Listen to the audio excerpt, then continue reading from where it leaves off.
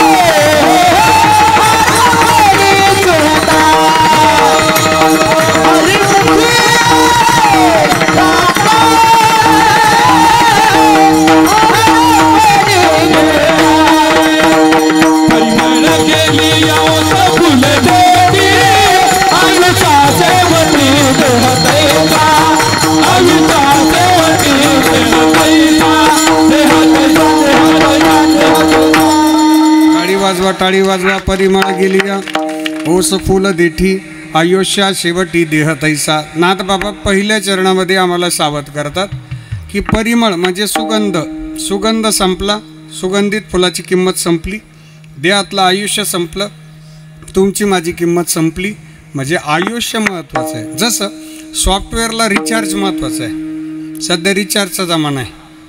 सॉफ्टवेअरला कोकोटाचा recharge असेल, software चालत आहेत. रिचार्ज संपला, फोन लागत नाही, नेट चालत नाही, माणसं शांत. माणसांचा फ्रेशनेस सध्या मोबाईलच्या नेटवर्कवर आहे. आबा मी परवा संध्याकाळी एक डोंगर थडीला कीर्तनाला गेलो. कीर्तनामध्ये मला थोडी चेहरे वाचायची सवय, आणि चेहरे वाचित राहतो मी. म्हणजे कीर्तन आपण सांगतो हे समोर कळतं, हे फेस रिडिंग घेता आलं पाहिजे.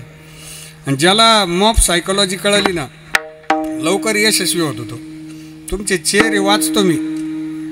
50% कळतंय मला भविष्य, पण नंतर सांगेन मी कीर्तन. प्रकाश महाराज एक जण, आता तुम्ही किती फ्रेश आहे पहा, एक जण समोर बसेल होते. बरं ते अजिबात हसाना. मी विनोद सांगून पाहिला, हाला ना गडी चाल गाऊन पाहिली. म्हणलं गायनातला दर्दी असन थोडा. आबा कोरडं पडूस तर गायन केलं, वाव्या गायल्या, प्रमाणं गायले, दृष्टांत. अहो हल्ला नाही गडी. शेजारच्या म्हटलं गेला का पाय, ते कळालं नेमकं काय. कीर्तन संपल्यावर त्याची माझी भेट झाली. मी म्हटलं का बा तुम्ही का नाराज होते आज, काय गडबडी बा, का बरं नाराज काय. तुम्ही नाराजीचं कारण असं आहे महाराज, एक गावात मी पहिल्यांदा चालू. म्हटलं मग काय अडचण. अहो इथं आल्यापासून रेंजच नाही मोबाईलला. हे त्याच्याहून माणसाची आनंदाची वृत्ती. आज पहा तुम्ही, आज कळतोय आनंदी राहावं. कारण आपल्याला पाहिलं ना, एक वाक्य सांगू तुम्हाला, आपल्याला भेटलं ना की भेटणाराला फ्रेश वाटलं पाहिजे. आपल्याला भेटल्यावर भेटणारा फ्रेश होऊन नाही आला पाहिजे. विठ्ठला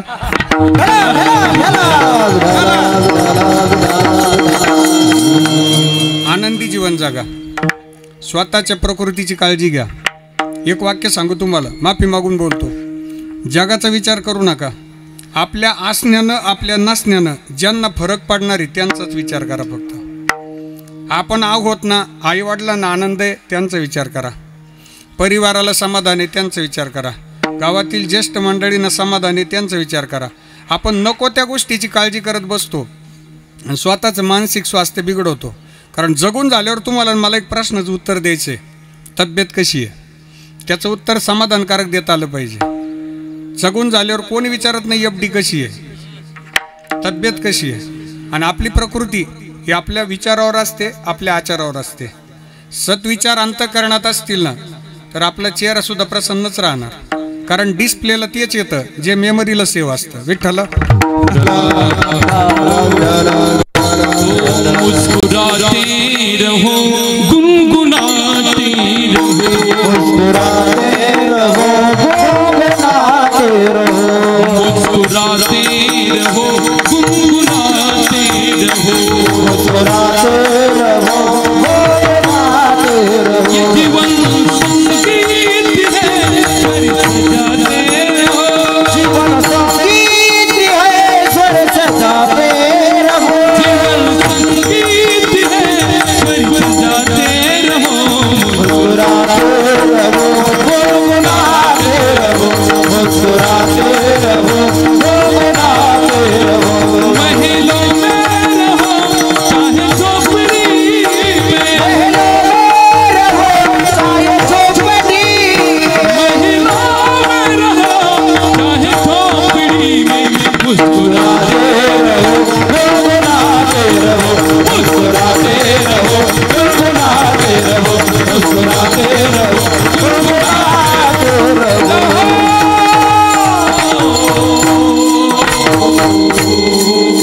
टाळी वाजवा अभंग करता. मुस्कुराते रहो, गुनगुनाते रहो. आमचे गुरुजी आम्हाला आशीर्वाद द्यायचे. आबा जीते रहो, गाते रहो, गाता गळा आणि वाता माळा. विठ्ठला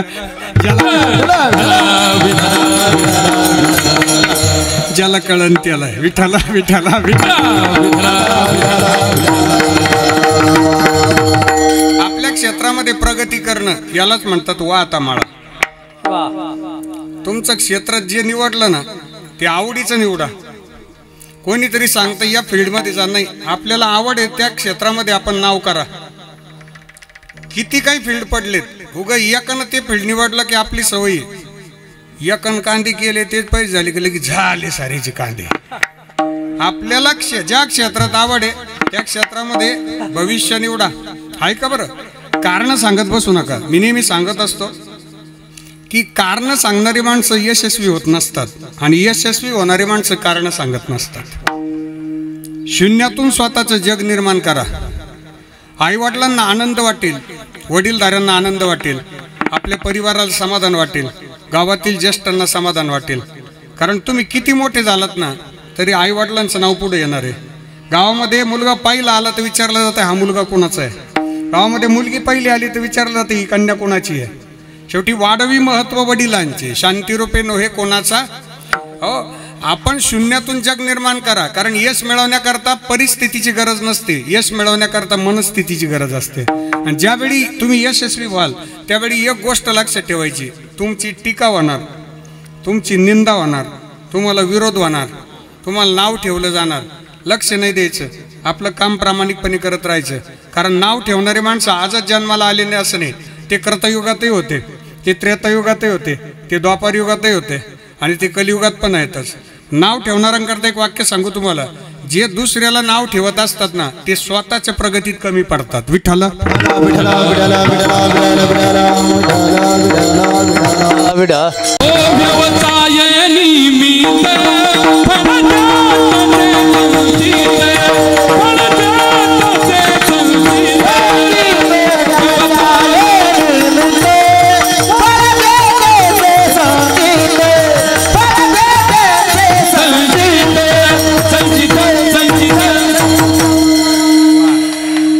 टाळी टाळी वाजवा आभान करता. आबा पहिलं काय व्यवसाय निमित्त फळ देत तसे संचित. व्यवसाय हा निमित्त असतो, पण संचितात लिहिलेलं आहे तुमच्या तुम्हाला फळ मिळणार आहे ते मिळणारच. आणि तुमच्या जे यश तुमच्या जे कपाळावर लिहिलेलं आहे ना त्याचं टेन्शन नाही घ्यायचं. कोणी किती आडवं येऊ द्या ते तुम्हाला मिळणारच आहे, ते मिळणार आहे तुम्हाला. कोणी किती स्पर्धा करू द्या, कोणी किती कॉम्पिटिशन करू द्यात, कोणी किती आपल्यासोबत असं करतात तसं काही करू देत, जे शेवटी तुमचे स्टार आहेत ना बस ते तुम्हाला मिळणार आहे. आनंदी राहा, फक्त प्रयत्नाला कमी पडू नका. प्रयत्न अतिशय प्रामाणिकपणे करा, अतिशय प्रामाणिकपणे करा. आपल्या परिवाराची काळजी घ्या, आपल्या प्रकृतीची काळजी घ्या, आपलं शारीरिक स्वास्थ्य जपा. जगून झाल्यावर सगळ्यात महत्त्वाचं काय असेल ते शारीरिक स्वास्थ्य असतं. हो, म्हणून आयुष्य जे मिळालं ना ते आनंदाकरता मिळालं. हे आयुष्य कधी कोणाचं थांबेल सांगता येत नाही. श्रीमद भगवद्गीतेच्या 2ऱ्या अध्यायातील 27व्या क्रमांकाचा श्लोक आहे. अखिलकोट ब्रह्मांड नायक भगवान श्रीकृष्ण परमात्मा अर्जुनाला या मृत्यू लोकातील अंतिम सत्य सांगतात. जातस्य हि ध्रुवोर मृत्यूर ध्रुवम जन्म मृतस्य च तस्मात् परिहार्यर्थे नत्वं शोचितुमर्हसि. उपजे ते नासे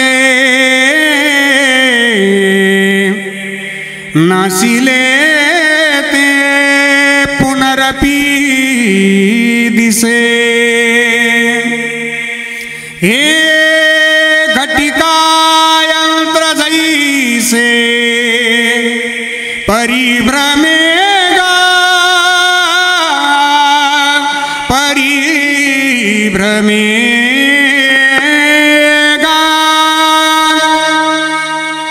जन्म झाला त्याचा मृत्यू होणार. ज्याने सूर्योदय पाहिला त्याला सूर्यास्त पाहायचा आहे. ज्याने गोड पदार्थ चाखले त्याला तिखट पदार्थही चाखायचे आहेत. आणि सगळं होऊन शेवटी उतरण्याचा प्लॅटफॉर्म सगळ्यांचा मृत्यूच आहे. हां, कोणी ऐश्वर्यात जागा, शेवटी मृत्यूच प्लॅटफॉर्म आहे. रेल्वेच्या प्रवासात अनेक प्रकारची मनस्थिती आपण पाहतो. रेल्वेची रचना सांगतो. पहिले इंजिन, पाठीमागे AC डबे, त्याच्या पाठीमागे स्लीपर कोच, साहेबराव दादा त्याच्या पाठीमागे जनरल आणि त्याच्या पाठीमागे गार्ड. हां, आता AC मधली जी मंडळी असतात त्यांनी अगोदरच रिझर्वेशन वगैरे करून निवांत येऊन ते डायरेक्ट प्लॅटफॉर्मवर आले का लगेच तो डबा, आपली बॅग, आपला नंबर, बसल्याबरोबर ते म्हणतात उजळले भाग्य आता, अवघी चिंता. एवढ्या गर्दीत त्यांना एकदम रिझर्व सीट मिळून गेलं. बरोबर, AC आहे, वातानुकूलित सुविधा आहे. त्याच्या पाठीमागे स्लीपर कोच. स्लीपर कोचमध्ये फक्त फॅन असतो. फॅन जशी हवा देईल, मग थंड असेल थंड स्वीकारायची, उष्ण असेल गरम असेल स्वीकारायची. स्लीपर कोचमधली माणसं म्हणतात ठेविले अनंते, आली हवा तशी आली तशी घ्यायची बस. तुका म्हणे ठेवी तैसे आम्ही राहू त्याच्या इच्छे, फॅनच्या इच्छेप्रमाणे आपलं राहायचं. त्याच्या पाठीमागे जनरल डबा. इतकी गर्दी बाबा बाबा, पाय ठेवायला जागा नाही. काहींनी सीट खाली पेपर टाकले तिथं आराम चालला, काही फॅनजवळ आराम करतात, काही बेसिनजवळ अँगल धरून पकडून येत, काही दरवाजाचे एक पाय बाहेर येत, एक पायरीवर ये. ते घामाघूम झालेल्या अवस्थेत म्हणतात भोग तो ना घडे संचिता वाचून करावे ते म्हणी. ऐश्वर्यात प्रवास झाला एसीत. स्लीपर कोच मध्यम प्रवास, जनरलमध्ये त्रासदायक प्रवास. पण ज्यावेळी प्लॅटफॉर्मवर रेल्वे थांबते त्यावेळी उतरण्याचा प्लॅटफॉर्म हा सगळ्यांना एकच असतो, तो म्हणजे मृत्यू असतो.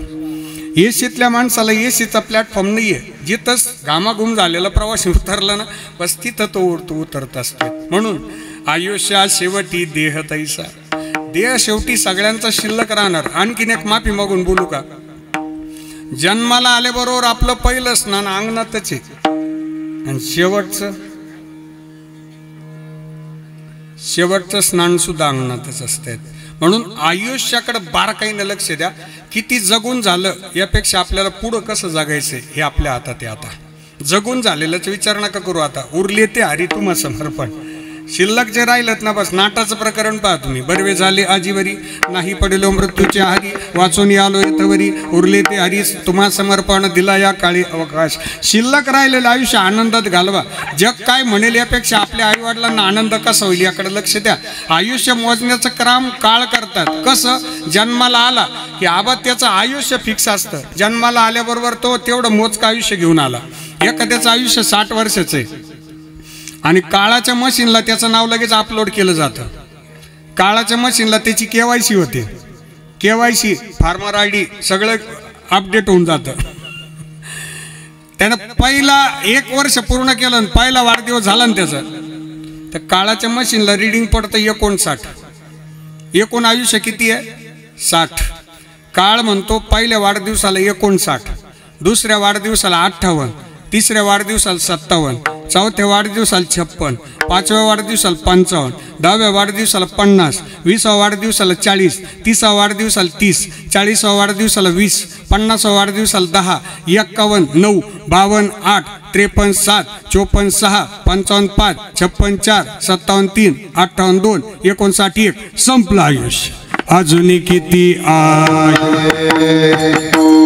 अवकाश, अजून किती आहे अवकाश, अजून किती आहे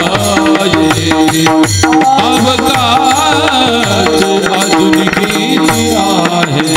हे खडी खडी काळ वाटयाची मागे, अजून किती आहे अवकाश, अजून किती आहे अवकाश, अजून किती आहे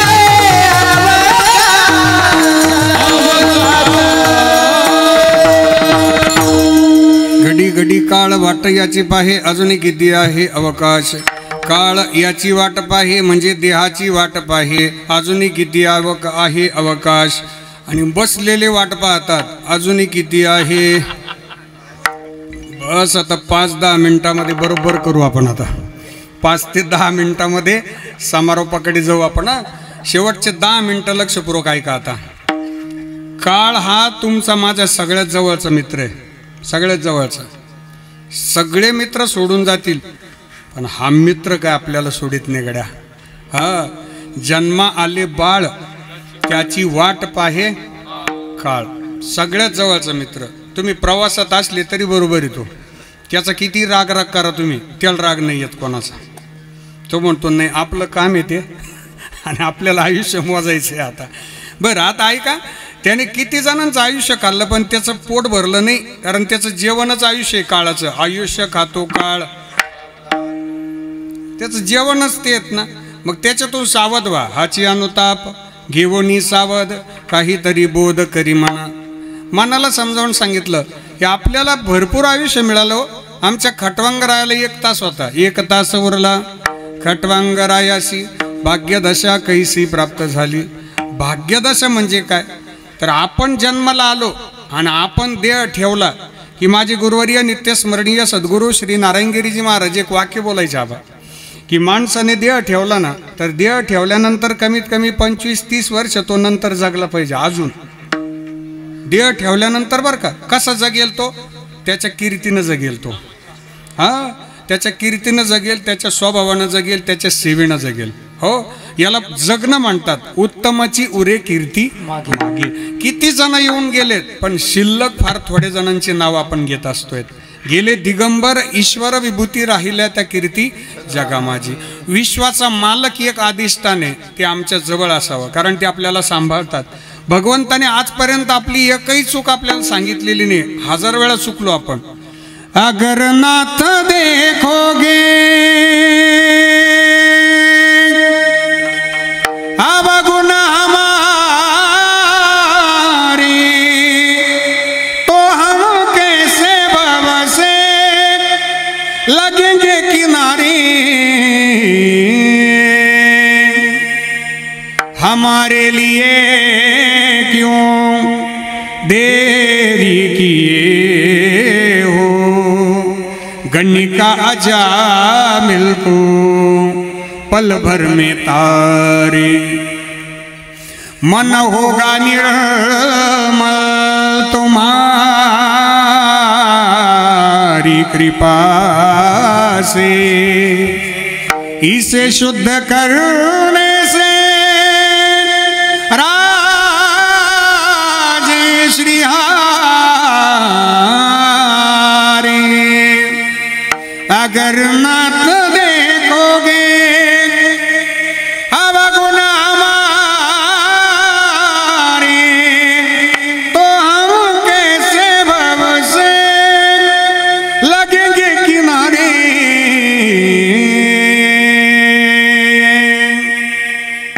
भगवंताने आमचे अनंत अपराध अनंत चुका स्वीकारल्यात. म्हणून आपण दररोज देवाचं दर्शन घेताना देवाचे आभार मानले पाहिजे. तेव्हा आतापर्यंत फार वेळा मी चुकीचं बोललो, तुम्हाला नाव ठेवलं, वडीलधाऱ्यांशी चुकीचं बोललो, उद्धटपणे वागलो. देवा यापुढं मी चांगलं वागेल गड्या आता. हो, आणि आपल्या आनंदाचे शिल्पकार आपण स्वतः असतोय, आपल्या दुःखाचे शिल्पकार आपण स्वतः असतोय. म्हणून जगलेलं जे आयुष्य आहेत ना, ते चांगल्या कार्यात जर आपण व्यतीत केलं ना, तर त्याचा आनंद नक्कीच तयार होत असतो. म्हणून भगवान परमात्मा हा मंदिरात गेल्यानंतर दिसत आहेत आपल्याला, बरोबर. पण भगवान श्रीकृष्ण परमात्मा अर्जुनाला म्हणतात, अर्जुना मंदिरात तर मी आहेतच, पण मंदिराच्या बाहेर जेवढे जीव मात्र आहे ना, त्यांच्यात सुद्धा मी आहे रे. मंदिरात येताना जर एखाद्याशी वाईट वागून आलो ना आपण, तर मंदिरातले परमात्मा आपल्याला कधी माफ करत नसतात. मंदिरात येताना जर वाईट वागलो, एखाद्याचा अनादर केला, वडीलधाऱ्यांचा अपमान केला आणि मंदिरात दर्शनाला आलो, भगवंत म्हणतात अर्जुना ही मला कदापि मान्य नसेल. मय्येव मन आदत्स्व मयी बुद्धीन निवेशय निवशिष्यसि मय्येव अत ऊर्ध्वं न संशयाः. मंदिरात आल्यावर आपण देवा करता येतो, श्रीफळ देवा करता घेतो, श्रीफळ देवा करता फोडतो, पण देवाला किती देतो? 5 तुकडे. त्यातही जर समजा खराब निघाला मग सगळा. भगवंत अर्जुनाला म्हणतात, तू म्हणा हे मीची करी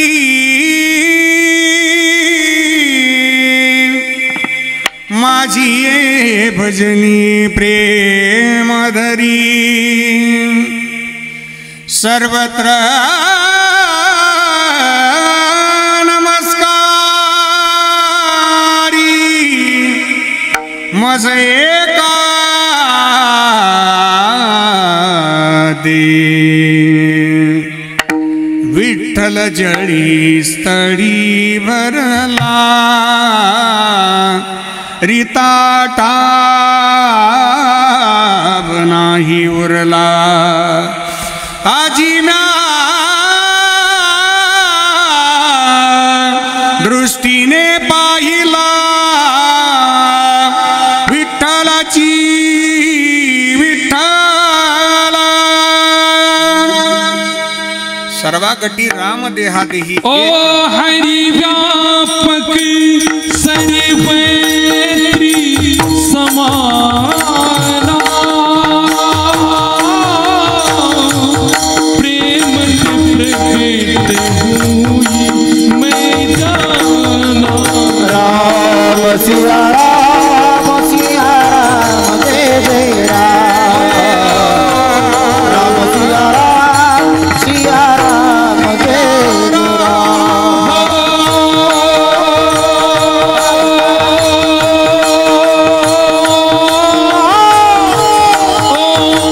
हरि व्यापक सर्वत्र समाना प्रेम प्रकट हुई